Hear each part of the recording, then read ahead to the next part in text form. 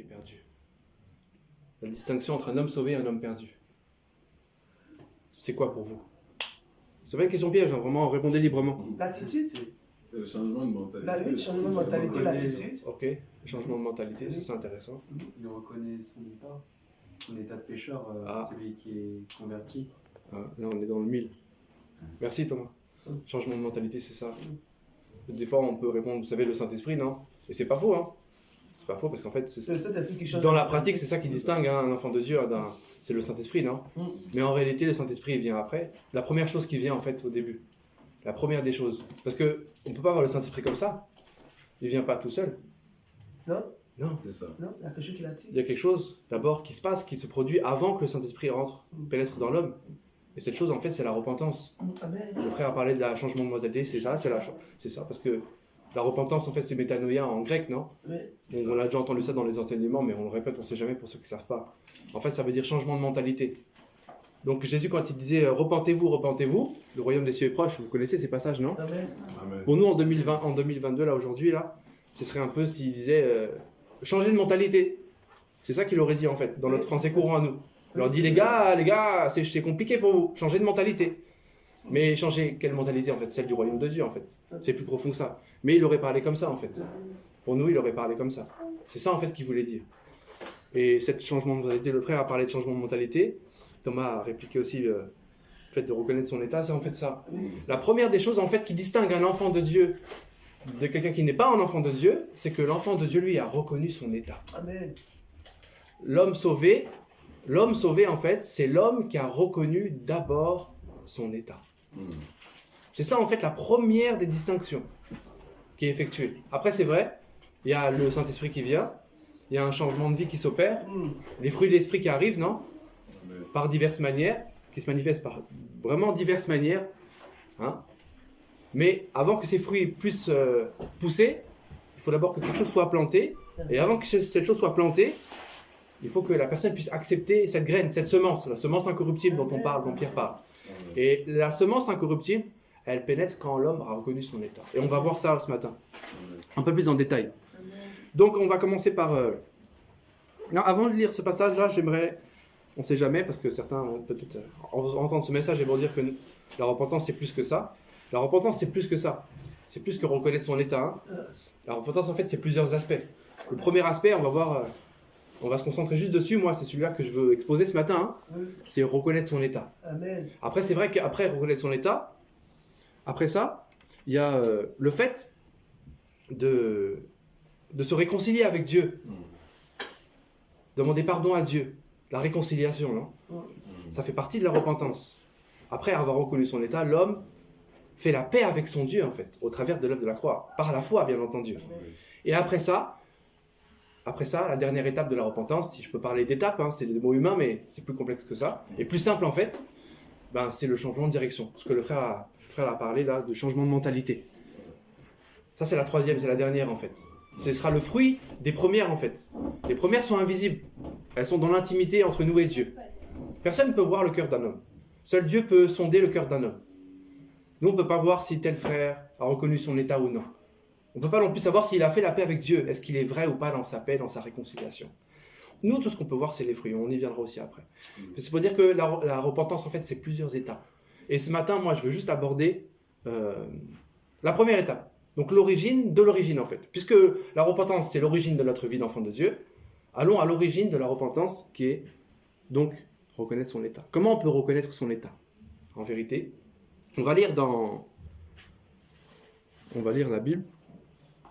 Je vais d'abord citer un passage avant de lire, qu'on lise ensemble. Vous savez, dans Psaume, j'aime bien ce passage. Dans les psaumes, Psaume chapitre 36, il est écrit, je lis vite, hein, on va lire ailleurs. Hein. Il est écrit, car auprès de toi, c'est un passage connu, hein, car auprès de toi est la source de la vie, par ta lumière, nous voyons la lumière. Par ta lumière, nous voyons, moi j'aime beaucoup ce passage. Par ta lumière, nous voyons la lumière. Donc, cet homme-là, qui prie, il dit qu'il a besoin d'une certaine lumière pour voir une autre lumière. Par ta lumière, nous voyons la lumière. C'est là le secret en fait. On va essayer d'un peu expliquer ça avec un autre passage, mais plus doucement, tranquillement. Donc on va ouvrir ceux qui veulent suivre, hein, ceux qui veulent ouvrir la Bible. Ce sera à Jean chapitre 1. Allons au commencement, puisqu'on est à l'origine. Restons à l'origine. Allons au départ. On va ouvrir à Jean chapitre 1.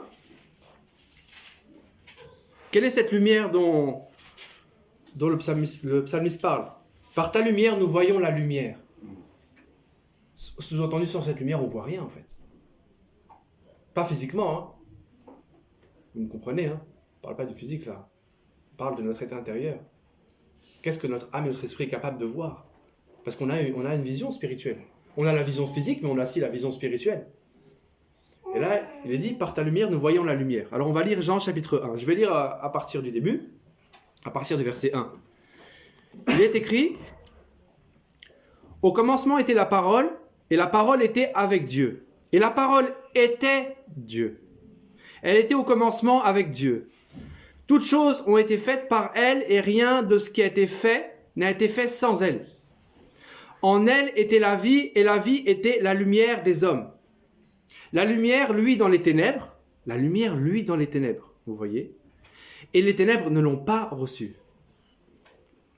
Il y eut un homme envoyé de Dieu, son nom était Jean. Il vint pour servir de témoin, pour rendre témoignage à la lumière, afin que tous crussent par lui. Il n'était pas la lumière, mais il parut pour rendre témoignage à la lumière. » Verset 9. « Cette lumière était la véritable lumière, la véritable lumière, la véritable lumière, qui, en venant dans le monde, éclaire tout homme. » On va s'arrêter là. Vous voyez, la véritable lumière qui éclaire tous les hommes. Et il est bien dit, vous vous rappelez, le psaume dit que par ta lumière, nous voyons la lumière. Rappelez-vous, on parle de la repentance. Comment un homme peut rentrer par la foi, comment un homme peut accéder à Dieu, à la vie de Dieu. Il a besoin en fait d'être éclairé par cette lumière. En réalité, si l'homme n'est pas éclairé par cette lumière-là, l'homme ne peut pas venir à Dieu. L'homme est incapable de se repentir, faire ce qu'on appelle la repentance couramment. L'homme est incapable de même de demander pardon sincèrement à Dieu, ni incapable de reconnaître même son état, s'il n'est pas éclairé par cette lumière-là. Donc la grâce que Dieu donne à l'homme, en fait, c'est de voir son état. La grâce que Dieu accorde à l'homme, le cadeau que Dieu fait aux hommes, c'est de leur montrer qui ils sont vraiment, sans lui. Ça, c'est le grand cadeau que Dieu fait aux hommes. C'est le grand cadeau que Dieu nous a fait.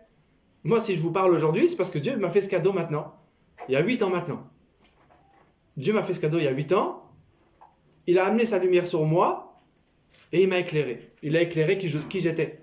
Pas qui je suis aujourd'hui, parce que je ne suis pas la même personne qu'il y a 8 ans. En vérité, j'ai changé. Parce que j'ai été éclairé par cette lumière. Et on va le voir petit à petit. Donc, la véritable lumière qui éclaire tout homme, en fait, c'est Jésus-Christ. On l'a vu, non? C'est pour ça que j'ai commencé par le verset 1, pour qu'on prenne le contexte dans sa globalité. On parle de Jésus-Christ. Jésus, c'est cette lumière-là, qui est cette parole incarnée.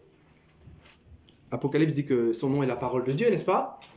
Donc c'est cette parole de Dieu qui est incarnée dans un corps, qui est la lumière du monde, qui éclaire tous les hommes, et qui vient pour chercher l'homme. Pourquoi il vient chercher l'homme? Parce qu'il vient chercher l'homme pour le convaincre de son péché. En fait, il vient par sa lumière montrer à l'homme à quel point l'homme est mauvais et perdu. L'homme sans Dieu est un homme complètement perdu. Les pensées de l'homme sans Dieu sont des pensées perdues, des pensées des ténèbres.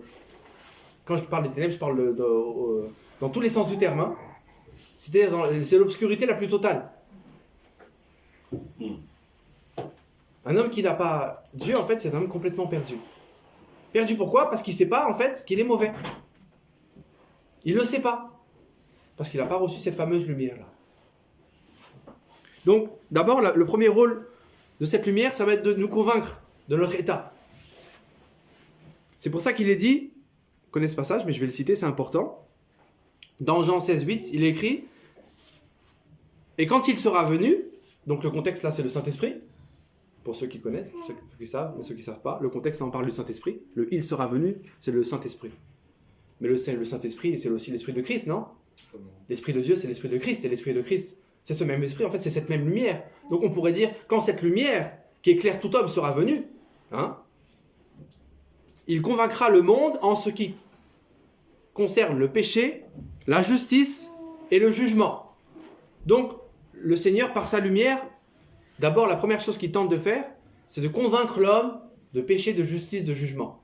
De montrer à l'homme sa situation. D'exposer à l'homme sa situation sans Dieu. Et qu'est-ce qu'il encourt dans cette situation sans Dieu? Donc de montrer, d'ouvrir les yeux à l'homme spirituel. Et de lui montrer la danger de sa situation sans Dieu. Et les conséquences de sa vie effectuées par sa propre justice. Puisque Dieu dit dans sa parole que la justice de l'homme, c'est comme un vêtement souillé. La justice d'un homme est comme un vêtement souillé. Et le mot souillure, là, j'avais déjà dit une autre fois, le mot souillure, là, en hébreu, on parle des menstrues de la femme. C'est pour vous dire que Dieu voit vraiment la justice de l'homme comme quelque chose de vraiment souillé. Pour qu'on puisse comprendre. Et là, nous, les hommes, on s'accroche à notre propre justice. Mais Dieu, quand il voit notre propre justice, pour lui, c'est vraiment sale. C'est sale à un haut point. Et il ne tolère pas cette justice-là. Donc, Dieu, il va commencer par nous éclairer par cette lumière-là, pour nous montrer qu'on est dans un mauvais état. Il est aussi écrit dans Éphésiens, chapitre 5, verset 13. Mais tout ce qui est condamné est manifesté par la lumière. Vous voyez? Car tout ce qui est manifesté est lumière. Je reprends. Tout ce qui est condamné est manifesté par la lumière. On parle de la même lumière, n'est-ce pas? Donc cette même lumière, elle va aussi condamner. Tout ce qui est condamné est manifesté par la lumière. Donc elle manifeste ce qui est condamné et elle le condamne en même temps. En fait, l'un ne va pas sans l'autre. En fait, elle expose. La lumière de Dieu est là pour nous exposer. Pour exposer l'homme. Le convaincre et l'exposer. Et elle le fait sur tous les hommes. Le plan de Dieu, c'est de sauver tous les hommes, on le sait, non? Dieu veut sauver tous les hommes. Et Dieu avait prophétisé ça déjà dans Joël, chapitre 2, verset 28. Il est écrit, après cela, donc dans notre temps à nous aujourd'hui, là, on y est, après cela, on y est. Donc dans le on y est, il est écrit, je répandrai mon esprit sur toute chair. Donc je répandrai ma lumière, son esprit, cette lumière qui vient nous éclairer. Le plan de Dieu, ce qui est annoncé par le prophète Joël, c'est que dans un temps dont nous sommes, Dieu va répandre son esprit sur toute chair. Bien sûr, il est parlé aussi dans le contexte là, de plusieurs éléments. Pas que l'élément de la conviction de péché, mais l'élément aussi du fait d'être rempli de l'esprit de Dieu, de la prophétie et de beaucoup de fruits de l'esprit. Mais je me contente juste de garder ce passage dans le contexte du message. Parce que ça en fait partie aussi. Il y a plusieurs lectures dans ce verset, mais je prends juste celui-ci. Pour expliquer que le plan de Dieu, c'est d'éclairer tous les hommes en fait. Pas certains hommes, mais tous les hommes. Des pires aux meilleurs. Parce qu'en fait, tous sont perdus sans lui. Du plus moral, du plus instruit, au plus perdu, aux yeux des hommes. Du plus perdu aux yeux des hommes. Le plan de Dieu, en fait, c'est d'éclairer tous les hommes. Mais Dieu,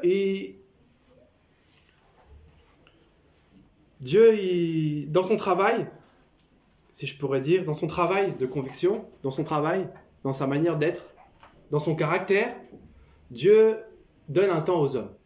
C'est-à-dire qu'il y a un temps où Dieu arrête. Ce travail de conviction s'arrête. L'Écriture en parle.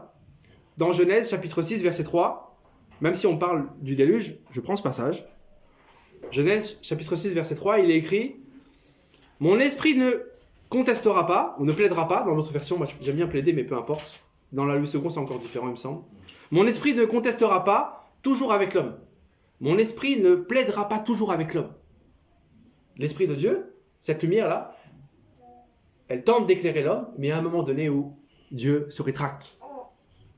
Moi, je ne suis pas là pour dire à quel moment il se rétracte, parce que seul Dieu sait. Le travail de Dieu pour chaque homme est différent et unique. Donc aucun homme ne peut dire à quel moment Dieu a arrêté pour tel. On ne peut pas non plus dire à quel moment, combien de fois Dieu a tenté de toquer à la porte du cœur d'un homme. On n'est que des hommes, et encore une fois, c'est ce que je disais au début, seul Dieu sonde les cœurs et les reins. Nous, on n'est que des hommes, on n'est que des témoins, on travaille pour lui. On espère toujours, et on continue. Mais Dieu montre qu'il y a un temps où les choses s'arrêtent. Il y a un temps. Je vais appuyer ça par certains passages. Dans le livre d'Apocalypse, Apocalypse chapitre 2 verset 21, vous voyez, il est écrit, je lui ai donné, donc je lui ai donné, dans le contexte c'est Jézabel, une femme qui est appelée Jézabel, par son esprit, qui l'influençait, qui enseignait des doctrines démoniaques. Je cite le contexte, c'est important parce que je cite juste des petits versets par bout, donc je préfère toujours citer le contexte pour qu'on comprenne bien. Donc je lui ai donné du temps afin qu'elle se repente. Vous voyez, le Seigneur a donné à cette femme-là un temps. Je lui ai donné du temps afin qu'elle se repente. Donc il y a un temps de repentance. Dieu a accordé un temps. Mais ça veut dire que quoi? Après ce temps, c'est plus le temps. Après ce temps, c'est fini. Il n'y a plus le temps. Vous voyez? Donc Dieu accorde un temps que seul Dieu connaît. Et cette repentance-là, c'est un don que Dieu nous fait. C'est un don que Dieu nous fait. C'est pas quelque chose qu'on mérite. C'est quelque chose que Dieu nous offre gracieusement. Autant la foi que même la repentance. Il est écrit dans le livre des Actes, chapitre 11, verset 18.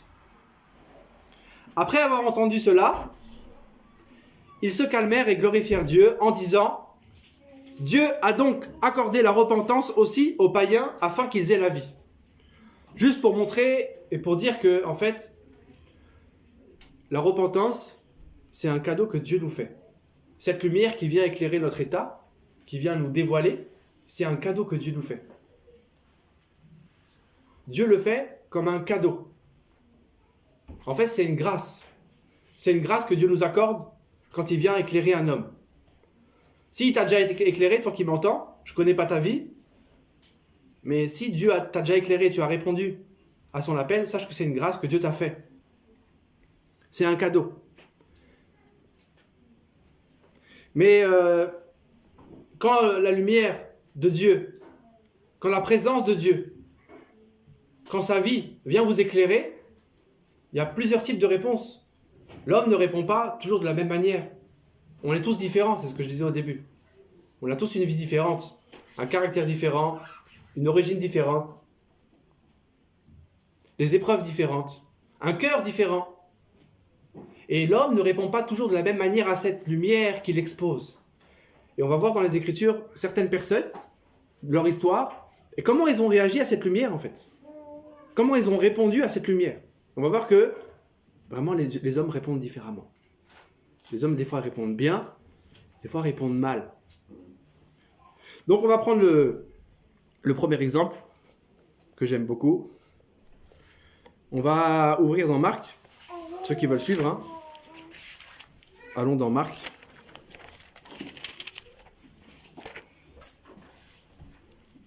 Marc chapitre 10. Marc chapitre 10, pour le premier exemple. On va prendre le premier. Notre premier cobaye, si je peux me permettre de dire. Pour l'étude. Comment les hommes réagissent à cette lumière. Marc 10, à partir du verset 17. Marc 10, à partir du verset 17. C'est un exemple connu, mais on va le prendre. Je commence la lecture. Comme Jésus se mettait en chemin, un homme accourut, et se jetant à genoux devant lui, donc il se jette à genoux devant Jésus. Bon maître, lui demanda-t-il, que dois-je faire pour hériter la vie éternelle? Jésus lui dit, pourquoi m'appelles-tu bon? Il n'y a de bon que Dieu seul. Entre parenthèses, il n'a pas dit qu'il n'était pas bon. Dans d'autres passages, il est dit qu'il est le bon berger. Ce fameux bon, c'est lui aussi. Mais c'est une guillemets. Verset 19. Tu connais les commandements. Tu ne commettras point d'adultère, tu ne tueras point, tu ne déroberas point, tu ne diras point de faux témoignages, tu ne feras tort à personne, honore ton père et ta mère. Donc là, il cite la loi de Dieu, non? Oui. Et l'autre lui répond. Donc le jeune homme lui répond. Verset 20, pour ceux qui suivent. Maître, j'ai observé toutes ces choses dès ma jeunesse. Jésus, l'ayant regardé, l'aima et lui dit, il te manque une chose. Va, vends tout ce que tu as, donne-le aux pauvres, et tu auras un trésor dans le ciel, puis viens et suis-moi.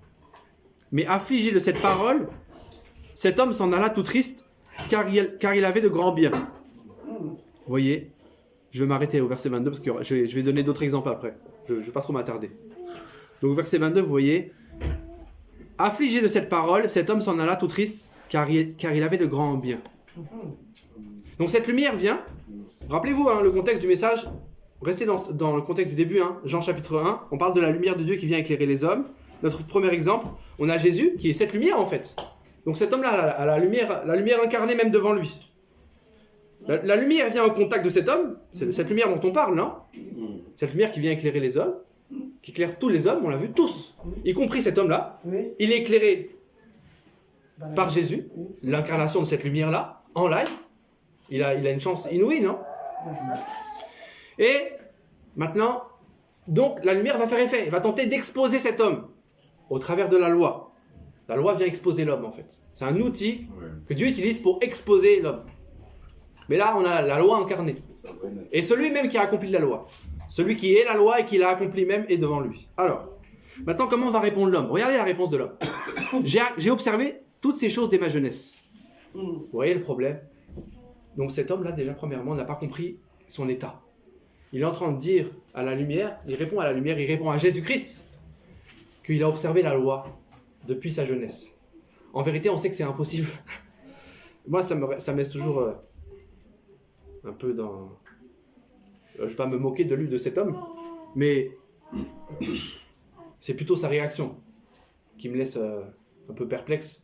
Vous voyez, il est impossible à l'homme de pratiquer toute la loi. La Bible est claire à ce sujet. Donc cet homme l'a dit qu'il a pratiqué toute la loi. Moi, j'en rigole beaucoup. Beaucoup. Cet homme ne savait pas qui il était en fait. La loi dit, aime Dieu de tout ton cœur, de toute ton âme, de toute ta pensée. Vous imaginez un homme aimer Dieu chaque seconde de sa vie, de tout son cœur, de toute son âme, de toute sa pensée, chaque seconde sans répit? Non. Ah, c'est impossible. Écoutez, cet homme a failli à un moment donné. C'est tellement grossier que je ne vais pas trop m'attarder là-dessus, parce que c'est trop grossier pour moi. C'est trop grossier en fait. C'est limite risible. Donc, en fait, on sait très bien qu'il n'a pas du tout observé la loi depuis sa jeunesse. Certainement, il a essayé. Je ne dis pas qu'il n'a pas essayé. Ça, oui, certainement, il a essayé. Mais il n'a pas réussi.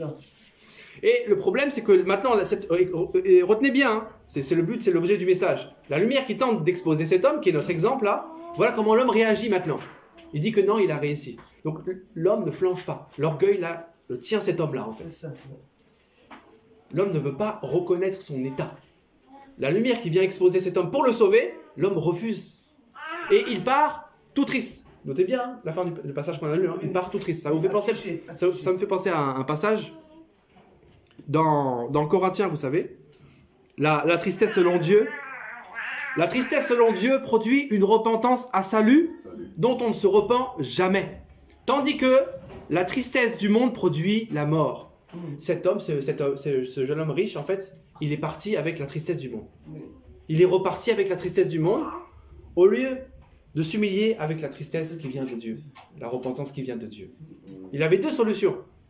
Et vous voyez que Dieu est vraiment bon. On voit là le caractère de Dieu dans cet exemple-là. Je vais m'attarder juste sur celui-ci. J'ai plusieurs exemples à donner, mais je m'attarde quand même sur celui-ci, il est important. La miséricorde de Dieu. Dieu nous aime tellement, il veut tellement ramener l'homme à lui, il veut tellement l'exposer, mais pas pour l'humilier, pour le ramener à lui, que maintenant cet homme répond qu'il a pratiqué toute la loi dès sa jeunesse, alors Jésus va lui donner un commandement personnalisé. Il va lui donner un commandement sur mesure. Pour lui, spécifique pour lui. Parce qu'il connaît le cœur de cet homme. Il sait qu'il est riche, il sait qu'il ne se séparera jamais de ses biens. Il le sait d'avance. Il connaît les pensées de tout homme, non? C'est vrai. Alors, comme il connaît les pensées de son cœur, maintenant, il va placer un commandement personnalisé. Et il va lui demander de vendre tous ses biens et de les donner aux pauvres. Et face à ce commandement que Jésus sait qu'il n'accomplira jamais, il n'y arrivera jamais, il le sait. Vous voyez que Dieu peut parfois nous mettre des choses en face de nous qu'on peut pas en fait. Non. On peut pas. Mais il sera là derrière bien sûr pour nous soutenir. Hein, il n'est pas fou, il est Dieu.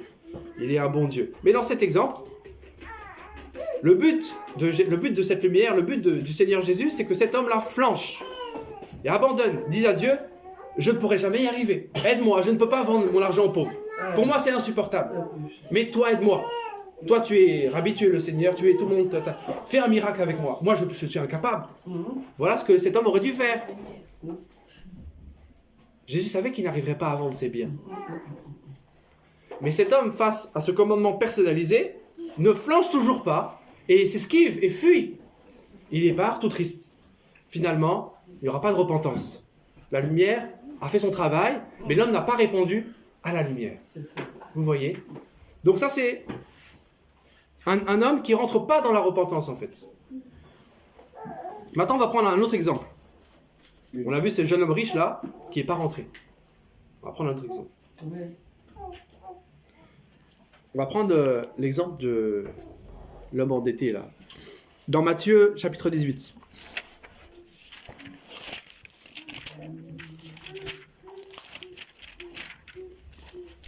Matthieu, chapitre 18. À partir du verset 23.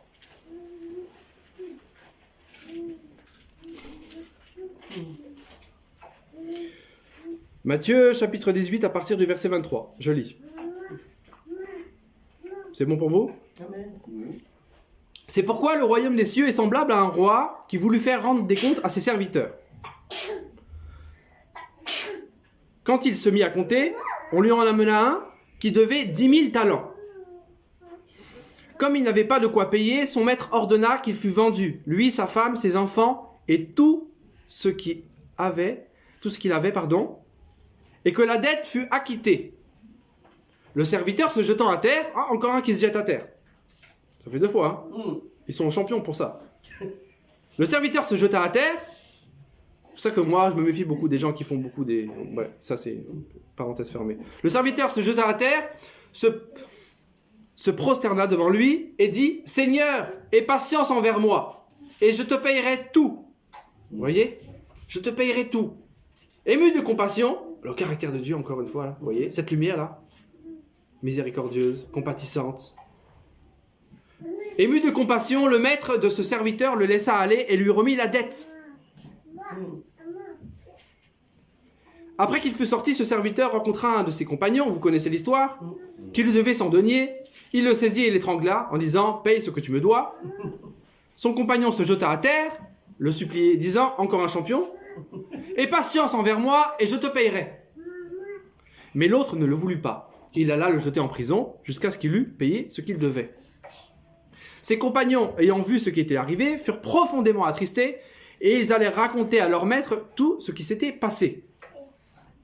Alors le maître fit appeler ce serviteur et lui dit « Méchant serviteur, je t'avais remis en entier ta dette parce que tu m'en avais supplié. Ne devais-tu pas aussi avoir pitié de ton compagnon comme j'ai eu pitié de toi ?»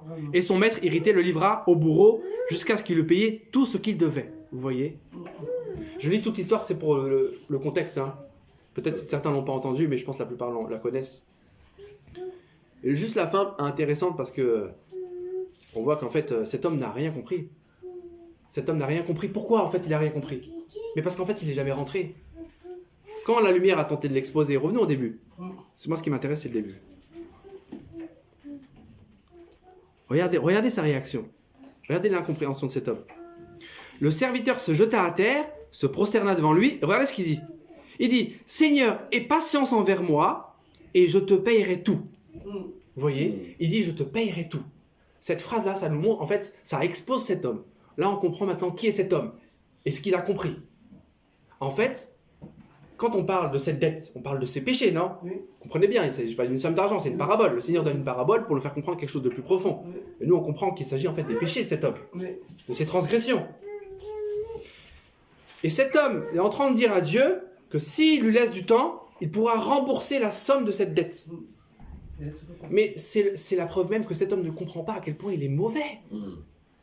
Il ne peut pas rembourser la dette. Elle est irremboursable en fait. En fait, la valeur de cette dette est trop haute. Elle est extrêmement haute, elle est infinie en fait. Il ne pourra jamais la rembourser. Mais le fait qu'il demande un sursis pour rembourser la dette prouve en fait qu'il n'a pas compris qu'il ne pourrait pas la rembourser, prouve qu'il n'a jamais compris en fait quelle était cette dette, et prouve en fait qu'il ne connaît même pas son état. Non. En fait, cet homme ne connaît pas son état du tout, et on a la preuve ici. Oui. Vous voyez? Oui. Parce qu'un homme qui aurait compris son état n'aurait jamais dit que laisse-moi un peu de temps et je te rembourserai. Il aurait dit aie pitié de moi, aie pitié de moi, pardonne-moi. Simplement, il se sera arrêté là. Le fait qu'il veuille rembourser, c'est le fait qu'il est encore attaché au mérite. Donnant. Laisse-moi un peu de temps, je te rembourserai.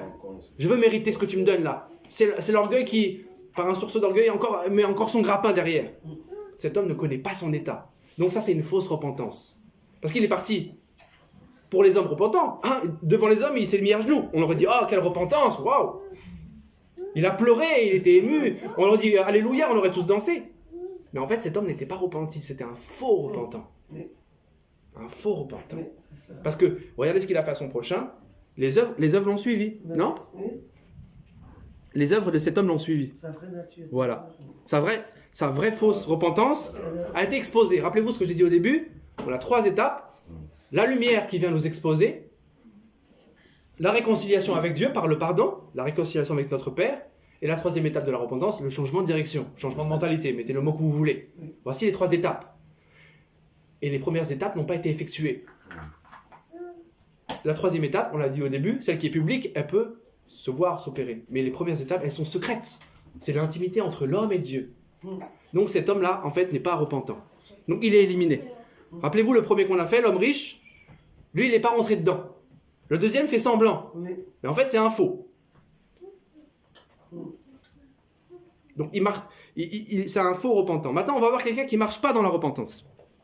Qui a peut-être bien commencé, mais ça n'a pas abouti. Dans Matthieu 20, ce sera notre troisième exemple. Pareil, hein, c'est un passage que tout le monde connaît, des histoires que tout le monde connaît, mais on en tire un enseignement pour ce message. Matthieu chapitre 20, à partir du verset 1. C'est juste à côté. C'est cette parabole sur les travailleurs de la dernière heure. Même si là, on va voir en fait les premiers travailleurs de la dernière heure. Donc je lis. Il est écrit, « Car le royaume des cieux est semblable à un maître de maison qui sortit dès le matin afin de louer des ouvriers pour sa vigne. » Donc sa vigne, c'est son champ, c'est sa mission, hein, c'est son royaume en fait. Il convient avec eux d'un denier par jour et il les envoyait à sa vigne. Donc il convient du salaire, il convient des modalités, hein, des règles de sa loi, de son caractère. Il sortit vers la 3e heure et il en vit d'autres qui étaient sur la place sans rien faire. Il leur dit, allez aussi à ma vigne et je vous donnerai ce qui sera raisonnable. Ce qui sera raisonnable. À ses yeux à lui, pas à leurs yeux. Hein. Verset 5. Et ils y allèrent. Il sortit de nouveau vers la 6e heure et vers la 9e et il fit de même. Étant sorti vers la 11e heure, il en trouva d'autres qui étaient sur la place et il leur dit, pourquoi vous tenez-vous ici toute la journée sans rien faire? Ils lui répondirent, c'est que personne ne nous a loués. Allez aussi à ma vigne, leur dit-il. Quand le soir fut venu, le maître de la vigne dit à son intendant, appelle les ouvriers et paye leur salaire, en allant des derniers aux premiers. Ceux de la 11e heure vinrent et reçurent chacun un denier. Les premiers vinrent ensuite, croyant recevoir davantage, mais ils reçurent aussi chacun un denier. Et c'est là où ça nous intéresse, suivez bien. En le recevant, ils murmurèrent contre le maître de la maison et dirent, ces derniers n'ont travaillé qu'1 heure et tu les as traités à l'égal de nous qui avons supporté la fatigue du jour et la chaleur. Et il répondit à l'un d'eux, ça c'est la sagesse de Dieu, mon ami, voilà comment Jésus répond, mon ami, je ne te fais pas de tort, n'es-tu pas convenu avec moi d'un denier? Prends ce qui te revient et va-t'en, je veux donner à cet homme autant qu'à toi. Ne m'est-il pas permis de faire de mon bien ce que je veux? Ou vois-tu d'un mauvais œil que je sois bon? Vois-tu d'un mauvais œil que je sois bon? Waouh!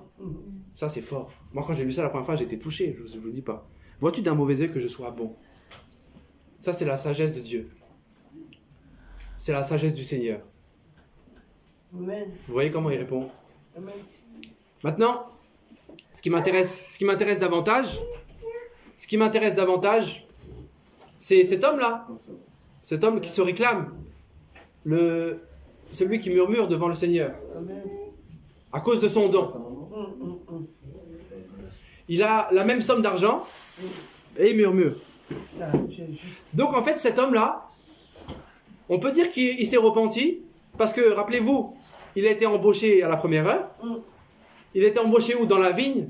Quelqu'un qui travaille pour Dieu dans son royaume, c'est quelqu'un qui est rentré. Oui. On ne peut pas travailler sans passer par la porte. Sinon, ceux qui ne passent pas par la porte, c'est un voleur. Oui. On n'a pas affaire à un voleur, parce que sinon le Seigneur ne l'aurait pas rétribué. Parce que le Seigneur ne rétribue pas les voleurs. Cet homme est rétribué quand même, pour son travail. Donc c'est à l'image de quelqu'un qui a travaillé pour le Seigneur. Donc pour travailler, rappelez-vous, il fallait rentrer par cette fameuse repentance. Oui. Donc c'est quelqu'un qui a dû accepter la lumière, certainement, et rentrer dans les œuvres de Dieu. Maintenant, le problème c'est que cet homme n'a pas marché dans la repentance. C'est là le deuxième aspect du message, à comprendre. Il y a la première repentance, et après il y a toutes les repentances qui viennent derrière. La première des premières, la première on la connaît. Certains connaissent même l'heure, certains connaissent la date. Moi c'est mon cas, je sais que pas pour tous, mais certains des fois connaissent la date et l'heure, même de la première fois, où Dieu les a éclairés, où ils ont répondu favorablement à cette lumière. Oui. Mais suivi de cette lumière, notre vie va découler de ça. On y reviendra après. Mais c'est pour vous montrer qu'en fait cet homme-là, c'était pas une fausse repentance, mais c'est quelqu'un qui marche plus dans la repentance. Parce qu'en fait, là où il a chuté, et la preuve en est, en fait, il se compare à son prochain. Il compare le revenu que son frère aura vis-à-vis de lui. Le fait qu'il se compare déjà, il marche plus dans la repentance. C'est aussi un signe qui nous montre que quand on commence à trop se comparer aux uns les autres, les frères et sœurs, Oui. c'est le signe que peut-être on marche plus dans la repentance, on marche plus dans la bonne direction. C'est un signe visible qu'il y a un problème. Ça ne veut pas dire qu'on marche dans les ténèbres, mais c'est un signe avant-coureur d'un danger potentiel pour nous. Quand vous commencez à vous comparer de manière trop outrancière, je dirais, avec les uns les autres autour de vous, c'est un signe que votre vie en fait va mal, votre vie spirituelle va mal. Parce qu'en fait, on est tous uniques ici. Amen. Dieu ne veut pas 2 Victor, Non. Dieu ne veut pas 2 Eric, Dieu ne veut pas 3 Taber. Non, on est tous uniques et Dieu veut chacun un. Parce qu'il nous a fait tous un pour un but, pour qu'on soit tous un avec lui. On n'a pas besoin de chercher à imiter les autres. On n'a pas besoin de chercher à doubler les autres. Dieu nous aime tel qu'on est avec notre caractère. Bien sûr, il veut changer des choses dans nos vies. Je ne dis pas le contraire. Mais il faut bien comprendre que Dieu nous accepte tel qu'on est. Amen. Amen. Dieu nous a acceptés tel qu'on est rentré. Sa lumière qui nous exposait au début, c'était pour nous prendre tel qu'on était. Pour nous changer, c'est vrai. Mais il nous aime tel qu'on est. Il veut nous changer à son image. Mais Dieu aime qu'on ait une personnalité unique. Parce qu'il nous a créés de manière unique. Et c'est pour ça que l'homme a une valeur inestimable. Parce que l'homme est unique aux yeux de Dieu. Amen. Chaque âme est unique aux yeux de Dieu. Ne cherchons pas à imiter les autres. Cherchons à nous encourager, à nous édifier, à nous fortifier. Ne cherchons pas à imiter les autres. Amen. Ce serait nous dénaturer et dénaturer le plan de Dieu pour nous. Alléluia. Ce serait prendre une fausse direction. Ce serait donc péché. Puisque le péché, en fait, c'est simplement le fait de marcher dans la mauvaise direction. Donc, vous voyez, on a vu 3 exemples, non? Vous avez bien suivi? Oui. Le premier homme riche, là, malheureusement, qui ne rentre pas dans cette repentance-là, face à la lumière qu'il expose, il part, il fuit cette lumière, il ne veut pas plier devant Dieu, il part avec la tristesse du monde et non pas avec la tristesse que produit la repentance que donne Dieu. Le deuxième exemple qu'on a vu la fausse repentance de l'homme endetté, vous vous rappelez? Cet homme qui tente de rembourser la dette, on comprend par là qu'en fait, il marche dans la fausseté. Le troisième homme qu'on a vu, qui fait partie des gens qui travaillent dans le champ de Dieu, mais malheureusement, qui ne marche plus dans cette repentance-là. Certainement, il y est rentré, mais il ne marche plus dedans. Maintenant, on va prendre un 4e exemple. Et le bon, cette fois-ci. On a fait 3 mauvais, il faut bien qu'on ait un bon. Alors, le bon.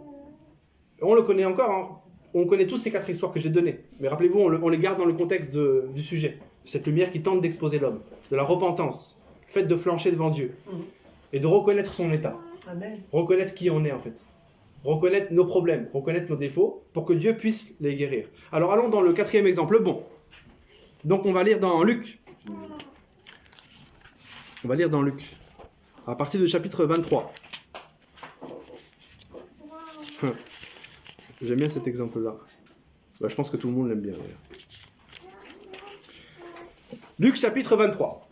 Le brigand, le fameux brigand. Ah, le 4e exemple. Le bon cette fois. Luc 23. À partir du verset 35, pour le contexte 35, pour qu'on puisse comprendre. Donc je vais lire. Alors il est écrit: le peuple se tenait là et regardait. Les magistrats se moquaient de Jésus, disant: il a sauvé les autres, qu'il se sauve lui-même, s'il est le Christ, l'élu de Dieu. Les soldats aussi se moquaient de lui, s'approchant, et lui présentant du vinaigre. Ils disaient: si tu es le roi des Juifs, sauve-toi toi-même. Il y avait au-dessus de lui cette inscription: celui-ci est le roi des Juifs. L'un des malfaiteurs crucifiés l'injuriait, disant: tu n'es pas le Christ, sauve-toi toi-même et sauve-nous. Mais l'autre, le reprenant et disant, suivez bien: ne crains-tu pas Dieu, toi qui subis la même condamnation? Pour nous, c'est justice, car nous recevons ce qu'ont mérité nos crimes. Mais celui-ci n'a rien fait de mal. Et il dit à Jésus: souviens-toi de moi quand tu viendras dans ton règne. Jésus lui répondit: je te le dis en vérité, aujourd'hui tu seras avec moi dans le paradis. Ça, c'est un passage que tout le monde connaît. Hein.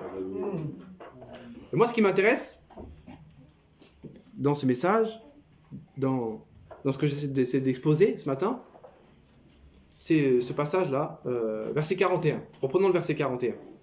Regardez. Voilà pourquoi c'est notre homme, celui-ci. C'est le bon. Il n'est plus dans le chaud. Lui, il est dans le vrai. Verset 41, il dit: pour nous, donc lui inclut, les deux brigands, il s'inclut dedans. Hein.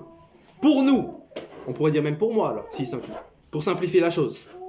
C'est justice, car nous recevons ce qu'ont mérité nos crimes.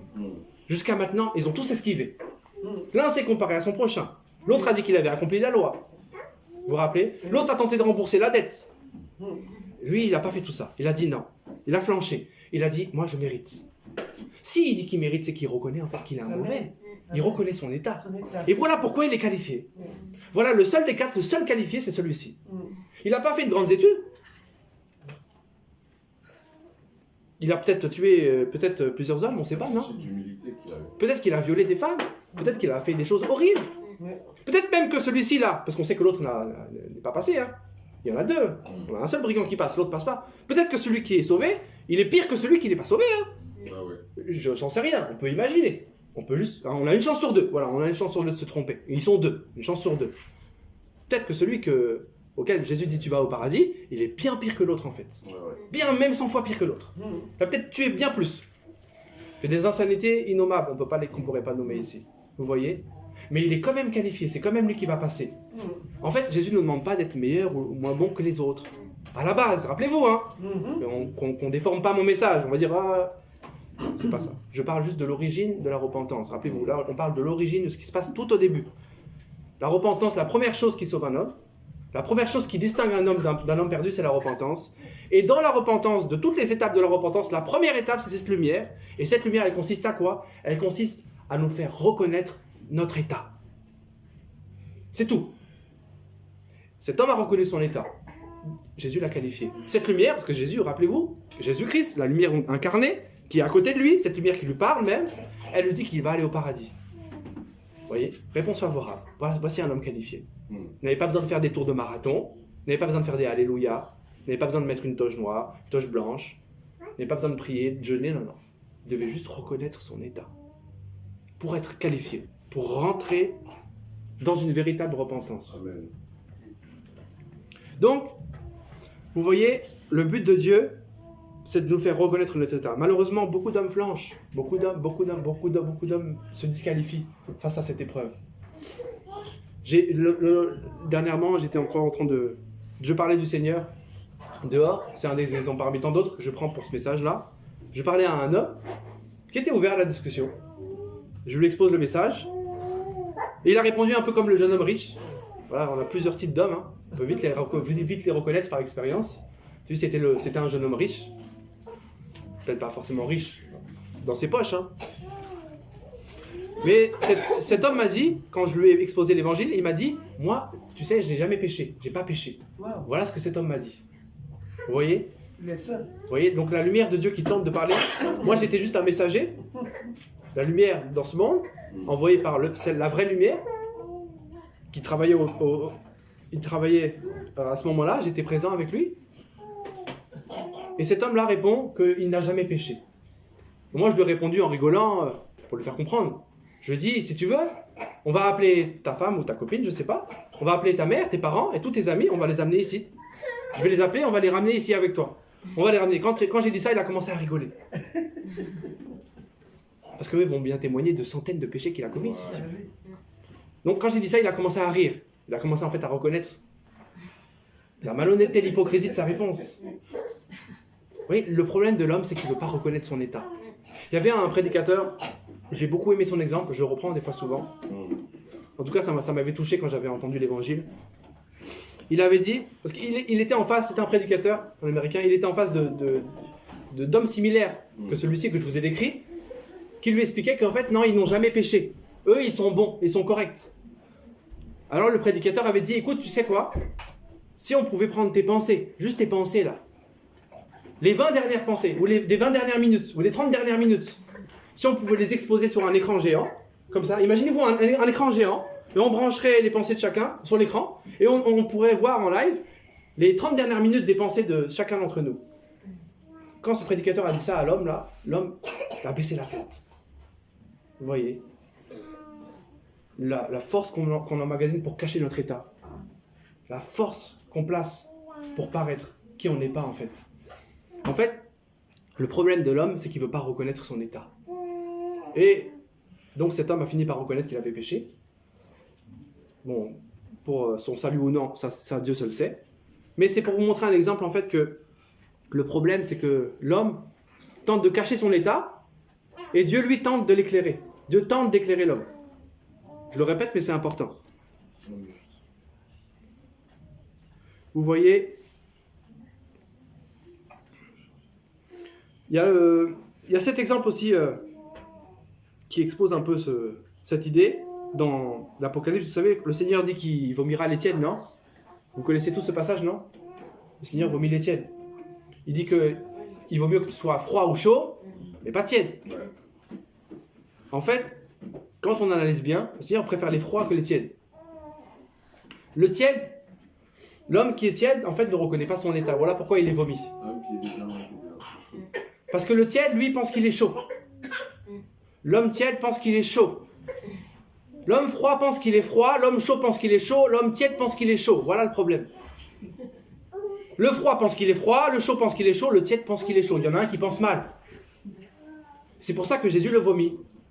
Parce qu'il y en a un qui ne reconnaît pas son état. Le froid reconnaît son état, le chaud reconnaît son état, le tiède ne reconnaît pas son état en fait. Il est piégé. Il est aveuglé par son état.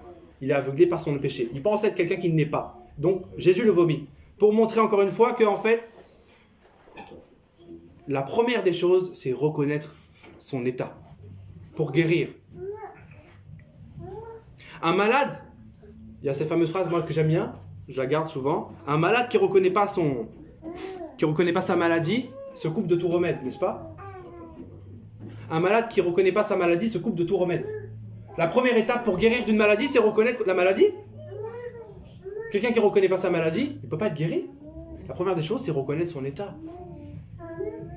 Mais des fois, l'homme face à la médecine moderne, il le comprend facilement et il réagit avec sagesse.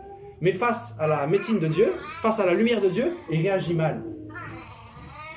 Ça vous est arrivé souvent peut-être dans des exemples de parler à certains du Seigneur et puis ils vous disent, quand ils vous ont écouté avec sérieux, ils vous disent que non, ils ont écouté le message mais ils vont faire certaines choses pour changer un peu leur vie. Ils vont lire davantage la Bible, ils vont peut-être aller à la messe, ils vont peut-être aller faire, je sais pas, une étude biblique ou je sais pas. Ils sont touchés par le message, mais ils vous parlent des œuvres qu'ils vont accomplir. Ils répondent comme le deuxième exemple, l'homme qui voulait rembourser sa dette. Ils veulent encore faire certaines choses. Ça, c'est la folie en fait. Mais on ne le comprend pas forcément à cause du spirituel. La folie, elle n'est pas forcément exposée comme une folie. Alors je vais donner une image physique pour exposer cette folie. Des images d'ailleurs que je donne des fois à des hommes à qui je parle. Imaginez que vous avez un ami et qu'il est malade. Très malade, hein? Vous allez le voir. Vous allez le voir pour lui faire du bien. Et vous voyez que sa température est vraiment élevée, non? La fièvre est vraiment forte. Donc forte au point que même votre aide, vous ne pouvez rien faire sur le coup. Et vous vous dites, on va t'amener chez un médecin, à l'hôpital. C'est le comportement normal, non? De quelqu'un? Sauf si vous venez à prier avant, mais ça c'est une autre histoire. Prenons un schéma classique. Quelqu'un qui ne connaît pas Dieu, qui voit un malade, il lui dit, on va t'amener au médecin. Maintenant, imaginez que cette personne qui vous réponde, attends un peu, j'ai compris, tu veux que j'aille au médecin? Attends que je guérisse, je vais d'abord guérir, je vais faire tout faire pour guérir, et puis dès que je serai guéri, on ira au médecin. Imaginez-vous quelqu'un qui vous répond comme ça. Vous allez vous dire, en fait, la fièvre va tellement monter que je vais le prendre et on va y aller. Parce qu'en fait, la fièvre est trop haute. Il commence à délirer, il délire.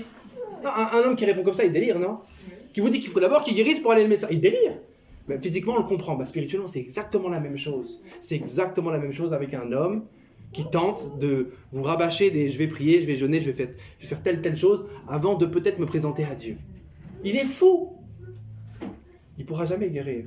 Il faut d'abord qu'il reconnaisse son état. C'est ce même exemple. Voilà encore le problème de l'homme, c'est qu'il ne veut pas être dévoilé par Dieu. Donc on l'a vu tout à l'heure, vous vous rappelez dans un exemple, l'homme qui ne voulait pas vivre dans la repentance, l'homme qui s'était repenti, mais lui qui ne marchait pas dans la repentance, qui avait dévié. Ça c'est aussi quelque chose qui peut nous pendre au nez. Donc, pour moi, un des signes de savoir, pour examiner, savoir si nos frères et nos sœurs sont des véritables enfants de Dieu, ou si autour de vous, vous avez affaire à des gens qui sont vraiment des enfants de Dieu, le premier signe évident, en fait, la seule chose, en fait, qui peut vous permettre de le voir, ce sont les fruits, en fait, d'une marche dans la repentance. Quelqu'un qui marche dans la repentance, c'est quelqu'un qui marche vraiment avec Dieu. C'est vraiment le signe authentique d'un enfant de Dieu, un homme qui marche dans la repentance. Pas forcément toutes les secondes, pas forcément toutes les heures, pas forcément tous les jours, mais dans sa vie, au quotidien, vous notez, vous percevez en lui, et en vous aussi, parce que ça vaut aussi pour vous, là c'était l'exemple, vous notez dans cet homme-là des signes de repentance. C'est l'image d'un homme, en fait, qui marche vraiment et véritablement avec cette lumière. C'est l'image d'un homme qui n'a pas chassé la lumière. Parce que pour qu'un homme marche dans la repentance, il doit être éclairé par cette lumière. Rappelez-vous le psaume du départ. Par ta lumière, nous voyons la lumière. Vous vous rappelez? Par ta lumière, nous voyons la lumière. Donc un homme qui marche dans la repentance, c'est un homme qui, par la lumière de Dieu, voit la lumière. Avec l'aide de Dieu, voit son état et le change pas à pas, petit à petit. Au temps de Dieu. Pas au temps des hommes, pas au temps de son voisin, pas selon le pasteur, pas selon son frère, mais selon ce que Dieu veut pour lui. Parce que rappelez-vous, c'est ce qu'on a dit au début, on a tous une relation unique avec Dieu, on est tous uniques aux yeux de Dieu. Ne cherchons pas à imiter nos voisins. Marchons main dans la main avec Dieu et il va nous guider étape par étape, en son heure, en son temps. Donc on a besoin de cette lumière pour marcher dans une vie de repentance. Oui, la repentance, la première, des fois on en est fier, mais après, il faut continuer à marcher dans la repentance. Il faut continuer à marcher, il faut continuer à garder cette lumière. Vous voyez? C'est pour vous montrer que... Je vais terminer avec cet aspect-là. Le message que... En fait, la parole de Dieu est puissante. La parole de Dieu, elle a vraiment la capacité... Quand je dis la parole de Dieu, la parole de Dieu, qui est appuyée par l'Esprit de Dieu. Pas la parole écrite. La parole écrite, la parole qui est écrite ici, elle était inspirée par l'Esprit de Dieu. Elle a inspiré les auteurs qui ont écrit.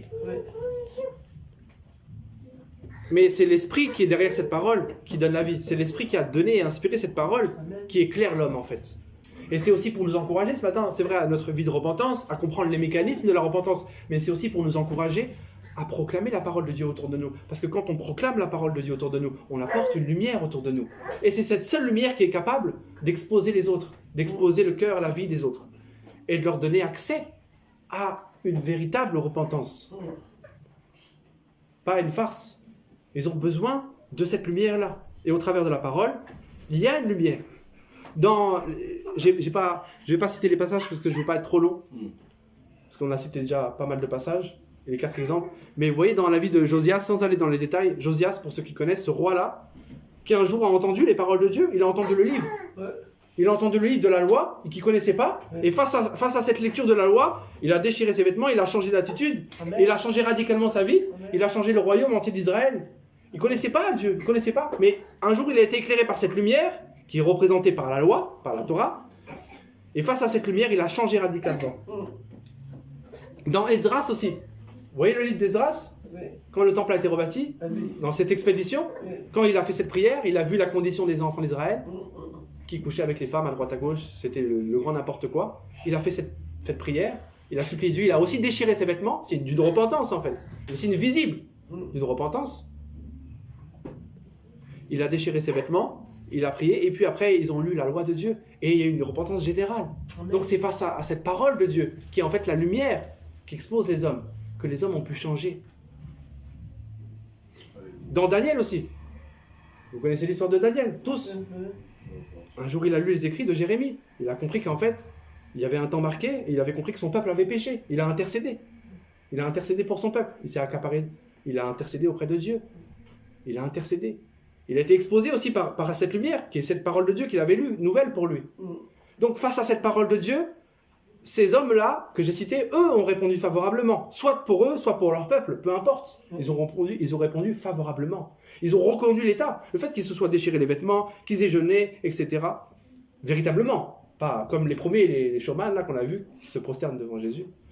Véritablement. C'était l'image en fait de quelque chose qui se passe dans leur cœur. Leur cœur de pierre se déchirait pour un nouveau cœur de chair. Le signe d'une vraie repentance.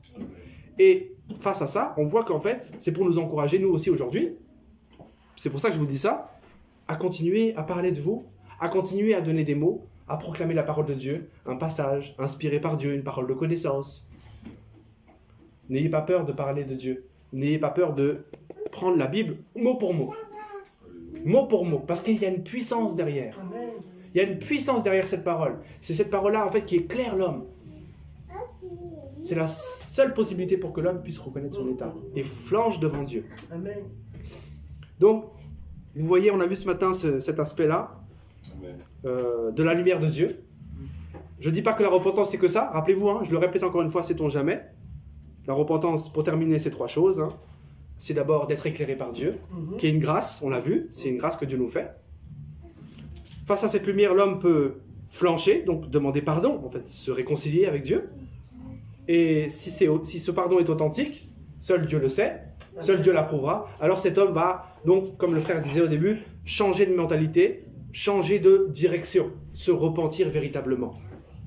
Voici les 3 étapes, et voici la première étape qu'on a vue ce matin, qui est en fait la plus importante. Parce que sans elle, rien ne commence. Amen, c'est vrai. Donc, Dieu nous a fait le don de sa lumière. Dieu nous a fait le don de sa lumière à tous. Ne rejetons pas cette lumière au quotidien. Gardons cette lumière précieuse avec nous, parce qu'elle nous permettra de changer. Elle nous permettra à notre tour de propager cette même lumière. Merci pour votre écoute. Soyez bénis. Merci Seigneur Jésus.